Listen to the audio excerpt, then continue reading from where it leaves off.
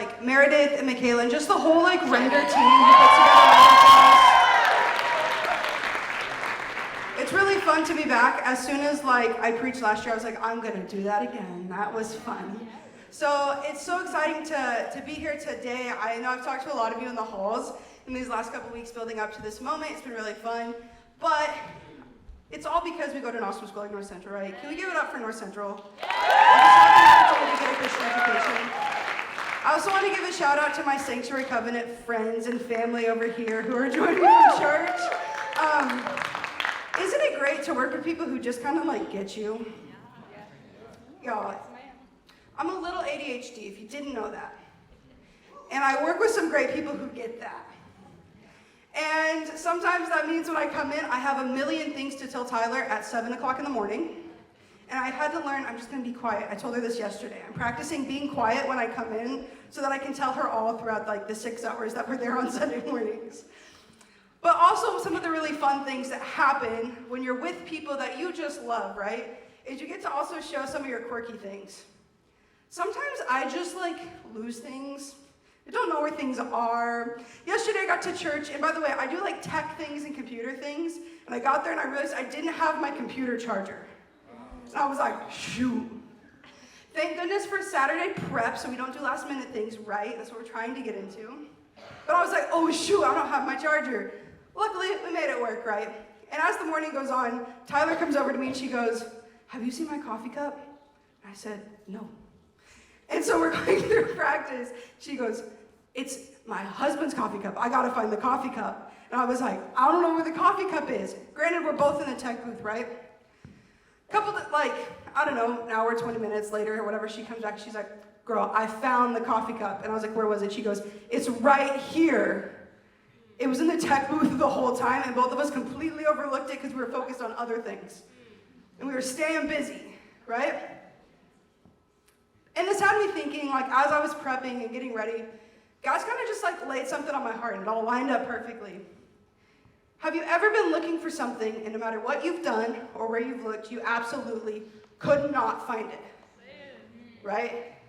I don't care if you're like, I was looking for my left sock because it got eaten in the laundry machine, so it's probably in somebody else's dorm room.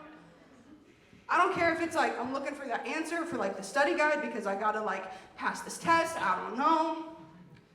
But what if it's something a little more that you're looking for?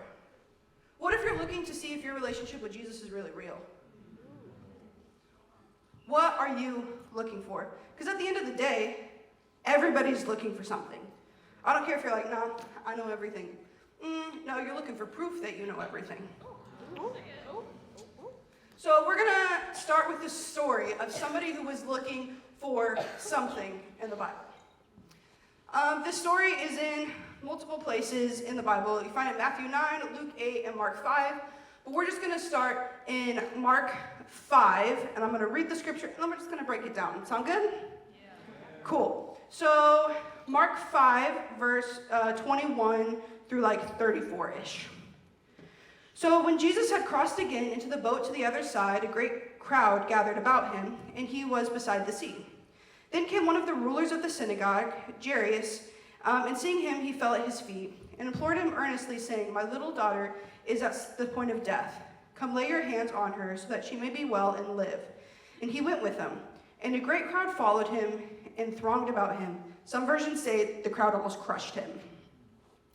And there was a woman who had a discharge of blood for 12 years, who had suffered much under many physicians, and had spent all that she had and was no better, but rather grew worse. She had heard the reports about Jesus and came up behind him in the crowd and touched his garment. For she said, even if I touch his garment, I will be made well. And immediately, the flow of blood dried up, and she felt in her body, and she was healed from her disease.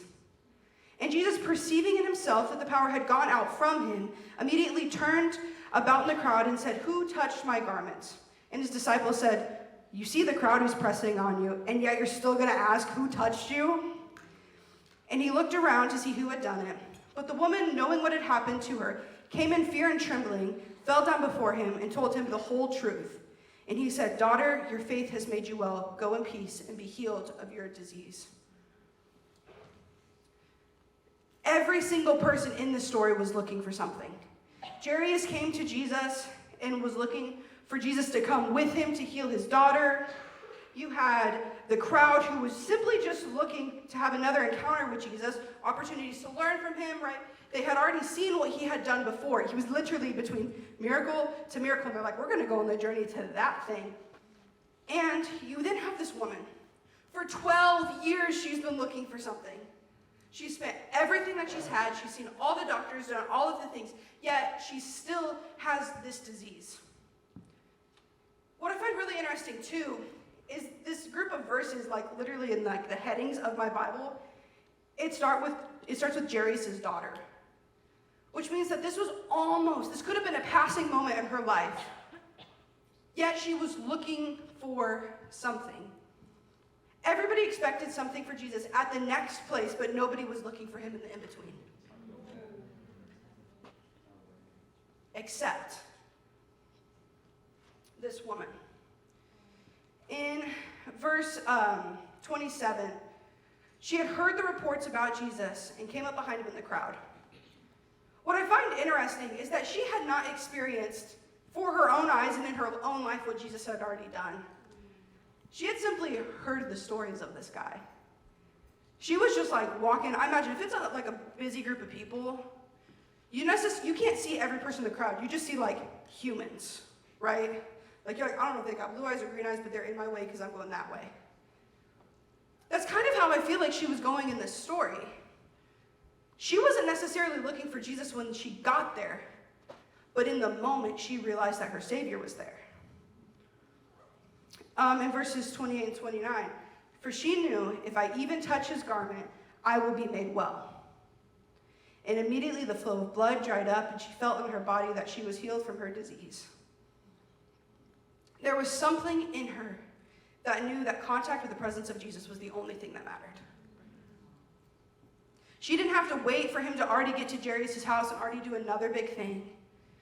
She didn't have to scream out his name over all the people for him to turn and for to get everybody's attention. It was a moment of little faith that would change the rest of her life. This made me think. Sometimes I wonder, to what extent are we willing to look for Jesus in our circumstances? For 12 years, she had been searching. I also think if it was an issue of blood, she was probably anemic. She was probably exhausted, drained. She didn't want to fight through the humans.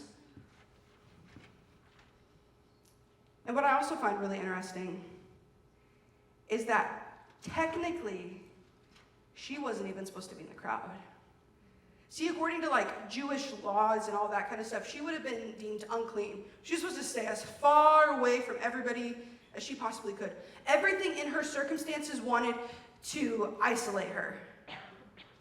Yet when she saw Jesus in the moment, nothing else mattered except making it to the foot of Jesus. See, for 12 years, right? I keep saying this 12 years, and in my brain, I'm literally imagining, can you go through something? I can't imagine being so desperate for a life change for 12 years.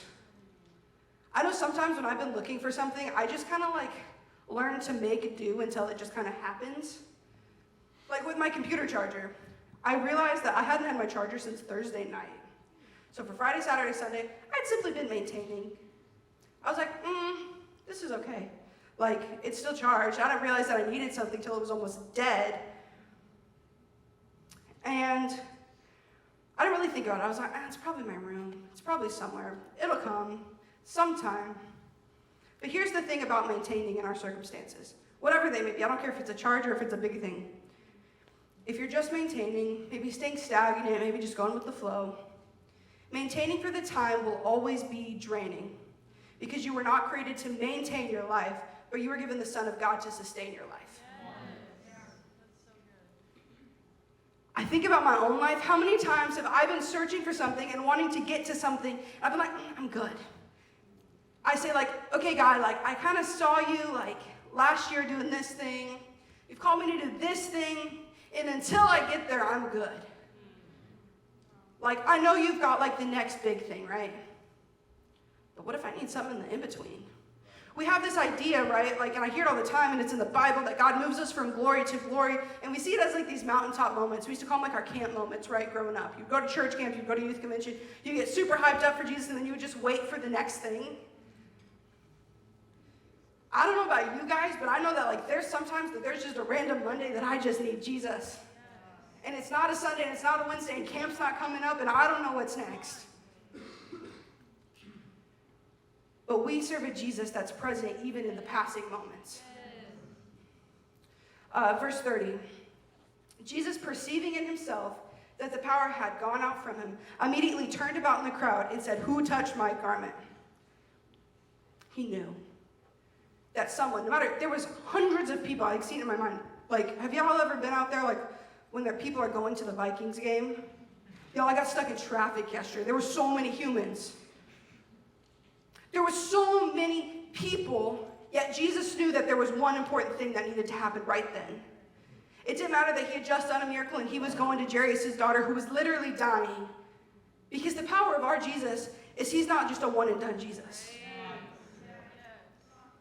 He's come and he's got the same power on a normal Monday as he does on a Sunday, as he does on a Wednesday, as he had at that camp when you were a senior, that he does today. And then the disciples said,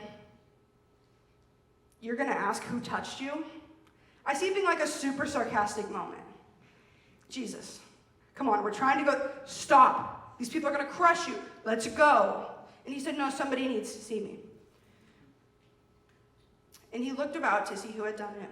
But the woman, knowing what had happened to her, came in fear and trembling, fell before him and told him the whole truth. She didn't know what Jesus' reaction was going to be. She knew that she was supposed to be everywhere else, but not there with all those people because she was deemed unclean. And if she was unclean, how could she step to the feet of Jesus? But here's the thing about Jesus, right? We know he's the guy who like healed on the Sabbath. He wasn't worried about whether or not man called her unclean because he knew her name already. The whole world can speak these things over you, but at the end of the day, the feet of Jesus is the safest place you're ever going to be.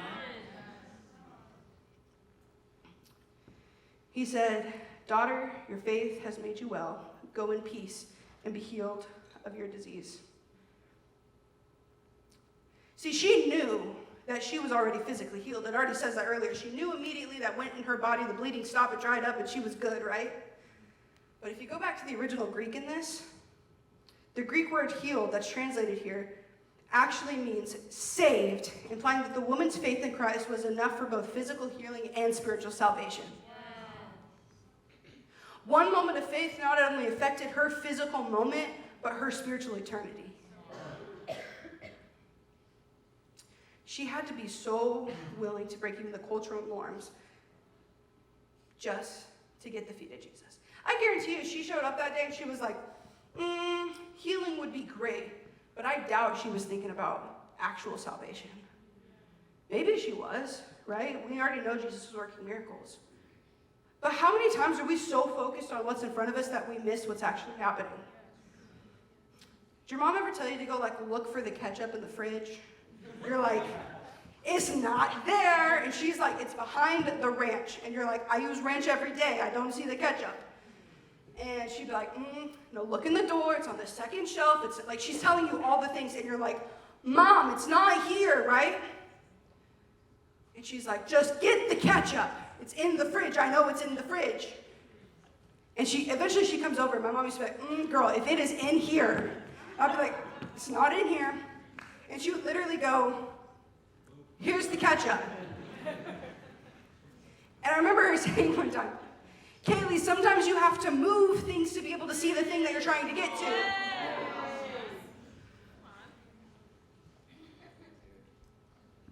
So my question for you is, do you have to move something to be able to see Jesus?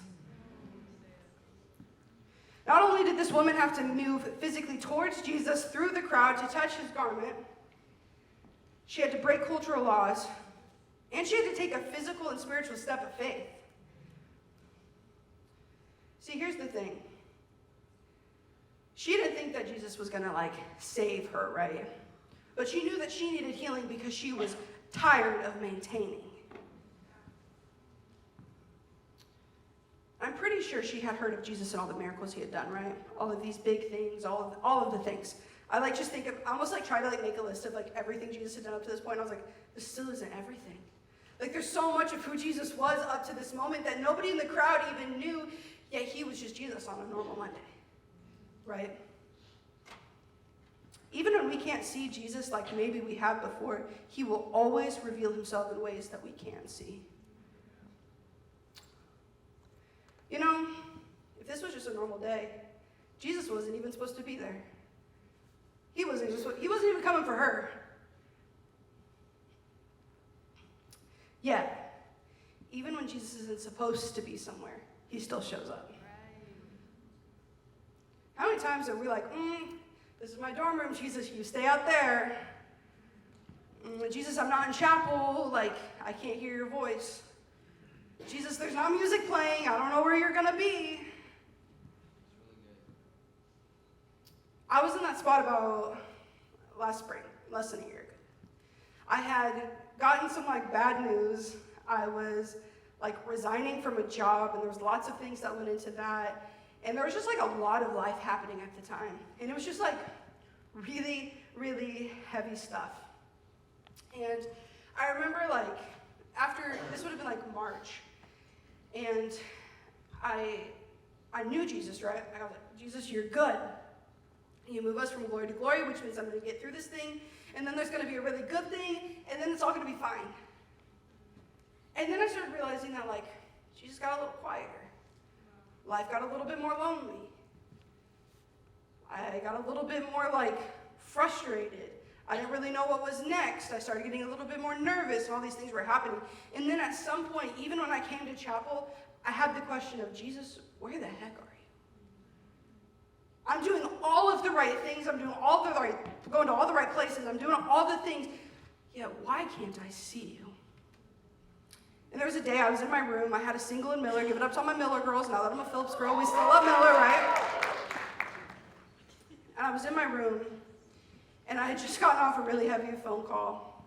I remember hanging up the phone, and I like sat on my bed, and I had this like 10-second decision.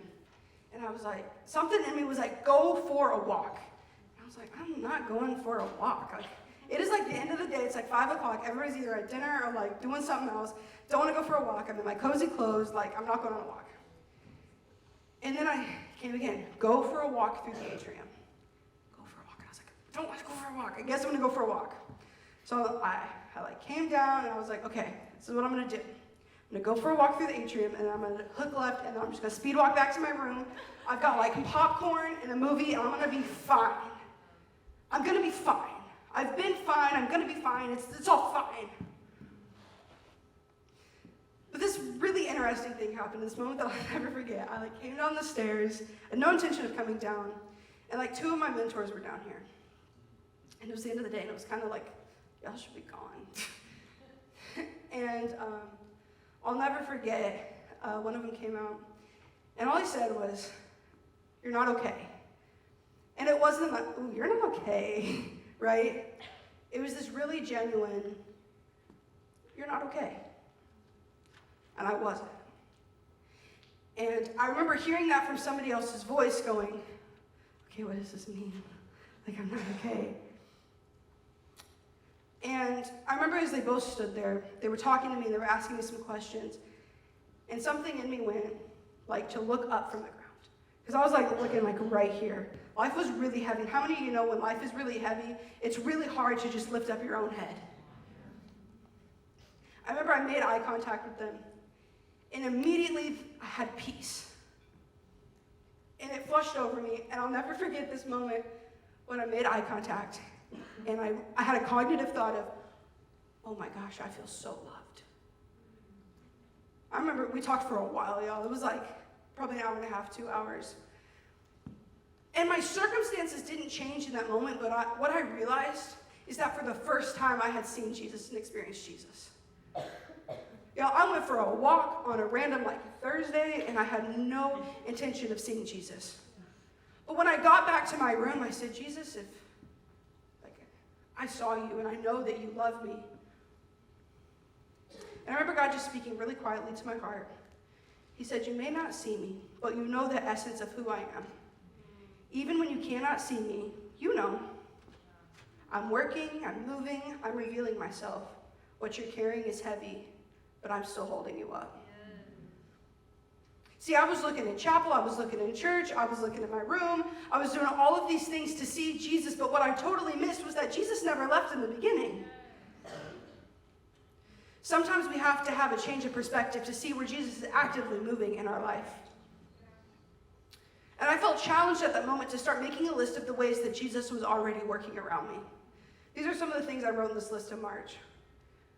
Having people who love me, feeling safe and secure, in one of the very few places that I've experienced that in my life. Having people to actually help me with things that I wasn't actually alone. I had a safe bubble of even if this was a moment. Even if I tried to run, I couldn't. And I don't know if y'all know my story, but that's huge. Because at the end of the day, it wasn't goodness and I had no free will. But Jesus had already set a place.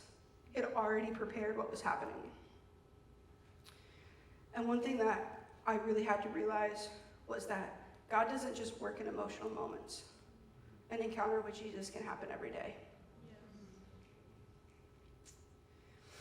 The same God that was at your last moment has already prepared your next moment, and he's with you in the in-between. Because he's the same God yesterday, today, and forever.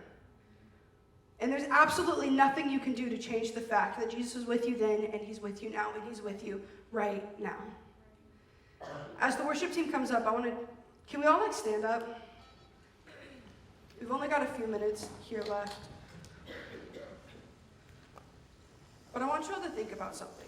I don't know if you guys are in the same boat that I was in last year, where you just need to see Jesus. Maybe you're like, Kaylee, I can see Jesus, but tomorrow's that rain plan. I need Jesus in a different way. Maybe you don't know where you actually stand with Jesus or if this whole thing is actually real. But what I do know is that God is proving himself in your life every single day. It might not be what you're exactly looking for. Just like the woman in the story, she was looking for healing. When she was going to all these other physicians, I guarantee you she was not going to her doctor going can you save my soul? She was looking for healing, right? But when she came encounter with the great physician, not only was her physically body healed, but her inner soul was taken care of too. Because that's the thing. We have a perspective on our life that simply we can only see what's in front of us sometimes. But the same God who was there when you were born, who was there with you at that last, I called it a miracle moment, right? Our mountaintop moment. And we know he's already called us all to do something greater, right? But the same God who was there at those both moments is here today. So we're going to do a couple things. We've got 8 minutes or so left. The first thing, wait a second, don't move yet. The first thing that I want to do is I want every single person to move from their seat. I don't care if you're just shifting over to the next seat. I don't care if you're coming from the front to the back to the sides to the balcony. I don't care, but move. Because the first thing that woman had to do was move. There were too many things in front of her, between her and Jesus, that if she didn't move, she couldn't touch him. And sometimes all we have to do is I'm not saying that moving seats is going to fix everything. But sometimes we have to have a physical representation of a spiritual matter, right? To get our hearts prepared to see what Jesus is already doing. And the second thing I want to do is I want to challenge you guys. If you need to pray, pray. The altars are always open. Seek Jesus' face. The second thing I want to challenge you guys to do is make a list. What is Jesus already doing? Today. Not yesterday at church. That's cool too. But what is Jesus doing in your life today, right now, in this moment? How many ways has he already protected you? How many times has he already showed up? For some of us, our biggest miracle is the fact that we're actually standing here. For some of us, it's the fact that we're just not another statistic on somebody else's scientific or socio poll or whatever, right? For me, my biggest thing that Jesus has already done is saying, Kaylee, you're enough. You are valuable and you are called, and I've put you in the place that you need to be because you're safe. And some of us, that's the biggest way we can see Jesus right now. But here's we all move. Just encourage you. What do you need to do to reach out to touch the hem of Jesus's robe? Because I guarantee you, when you make contact with the King of Kings and the Lords of Lords, it's not a touch, it's a change. So they're going to go into a song. We've got 6 minutes left. And I just want to encourage everybody just to move and just to pray, and then I'll pray us out before we leave. Sound good?